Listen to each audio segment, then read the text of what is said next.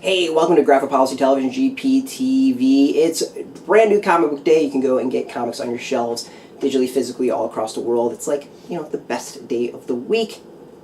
And Marvel's hooked us up with one of their trades. This is Spider-Man Daily Bugle that kind of collects a whole bunch of different books.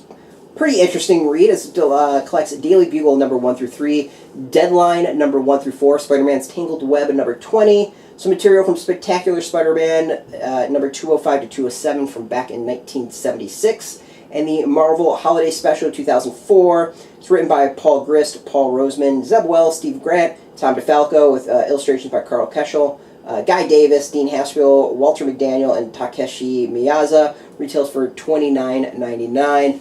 Basically, this is a trade paperback, all focused on the Daily Bugle, and stories revolving around the Daily Bugle. They're kind of hit and miss. I'll be completely honest on that. Daily Bugle 1 through 3, I thought is really, really good. There's kind of a dive into the everyday of working the Daily Bugle. So that was really, really cool. I would love to see an ongoing series like that. I've never read that stuff before. It deals with them like uncovering a corrupt politician, and I'm going to kind of leave the rest of it for you to read, but it takes you through the Daily Bugle and who the characters are and what it is to put out and what they do. So that's great. Deadline basically is them like following a serial killer, and I don't know. It didn't quite fit the first story. Like, yes, it has to do with the Daily Bugle, but it just didn't quite click with the first one, and I think the quality, while good, the first arc story, whatever you want to call it, was so good that the rest of it was kind of eh. And then there's classic material. Some of it's hit, some of it's miss. It's kind of fun to read. The holiday special is a holiday special. I usually find most of those are kind of lacking. No offense to the writers and the creative team, but they never quite feel like a normal issue, and they're kind of just feels like cash-ins.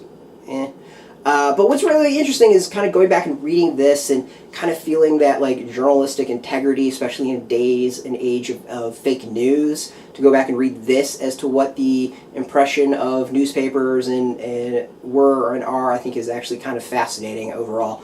So basically, if you haven't read this stuff, for $29.99, it's a really good collection. If you like the idea of comic stories revolving around reporters, I think this is kind of cool. I want to thank Marvel for hooking us up with this. Really appreciate it. It was a cool trade to read, all new stuff to me, so a big thumbs up to that. Yeah, you should, of course, go get this at your local comic book shop, first and foremost. We've got a link beneath with a zip code if you don't have a shop near you. We've got affiliate links as well. But doing that, you help support our site. Again, thanks Marvel for the hookup. If you are into Spider-Man, the Daily Bugle, Marvel Comics, comics in general, you should check us out every single day at graphicpolicy.com. Of course, we're on Twitter, Facebook, YouTube, Tumblr, all at Graphic Policy, keeping it nice and consistent. Until next time, yeah. Was it Great Caesar? No, that would be DC. What is J. Jonah? Well, whatever J. Jonah says. We're going to go with that. Keep it geeky. Hey, thanks for watching the previous video from Graphic Policy Television. Just by watching, you help support our site. Thank you so much. Now, if you're watching these videos, you probably care about geeky things like movies, television, comic books, toys, games, video games, you name it. You can go and subscribe right now to our YouTube channel to stay in touch and catch all the new videos, or check out our website at graphicpolicy.com. There's a nice link on this end of the video. But as always, thank you for watching. Keep on rocking and keep it geeky.